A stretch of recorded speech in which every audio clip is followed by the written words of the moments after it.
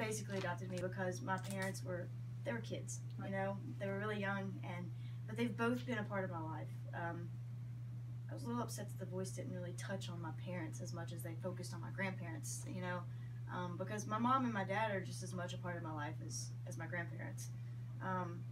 But musically, my grandpa, you know, is the biggest influence.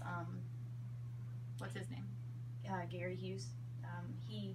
He's the one that bought me my first guitar. He showed me the chords, you know. He's the one that really exposed me to music because his family used to get together and they would play music on Friday nights over at my great-grandpa's house. And I think the very first time I even picked up a microphone, it was at one of those get-togethers, and everybody left and took a break.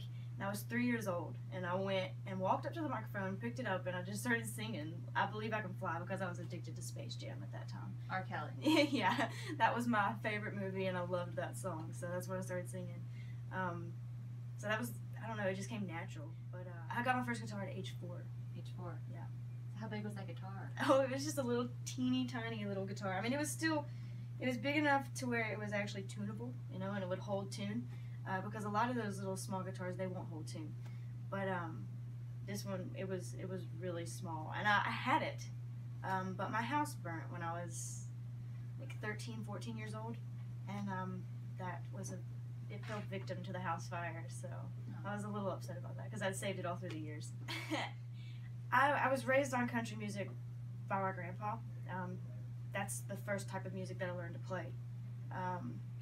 But I did venture a bit, you know, once I got to where I could play the guitar well enough to venture. And I'll play anything really, as long as it's got a good beat and I like the lyrics to it.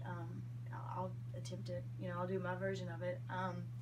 As far as writing songs, no matter how hard I try to write something outside of country, it's always country. Like, I can't write anything but a country song. I don't know what is wrong with me. Like, I don't understand why I can't write another genre of music, but it doesn't like to come out. Everything that comes out is country.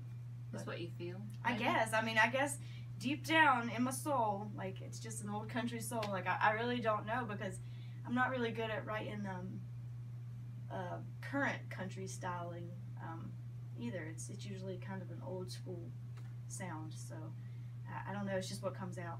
And I joke all the time that I think I was born with a broken heart, you know, because it's really easy for me to write a sad song, but happy songs, that's a struggle. The first performance that I ever did publicly, I was 6. I competed at my elementary school's talent show. I came home from kindergarten and I was like, I want to enter the talent show.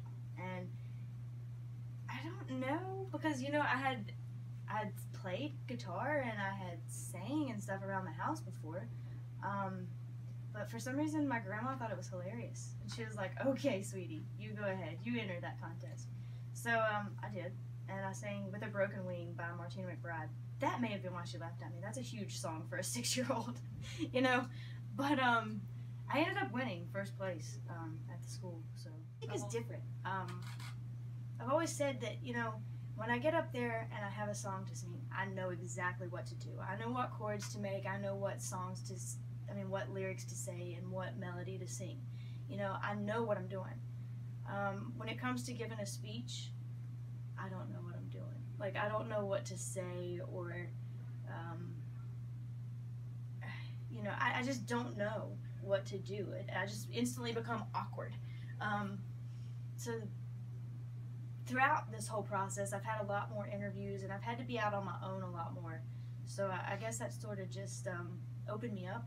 So, I mean, I'm still not going to be, like, running for, like, a campaign of any type, you know, and be a public speaker or be a motivational speaker. I still don't like speaking that much, but I've gotten out of it a lot. I've gotten a whole lot better, that's for sure.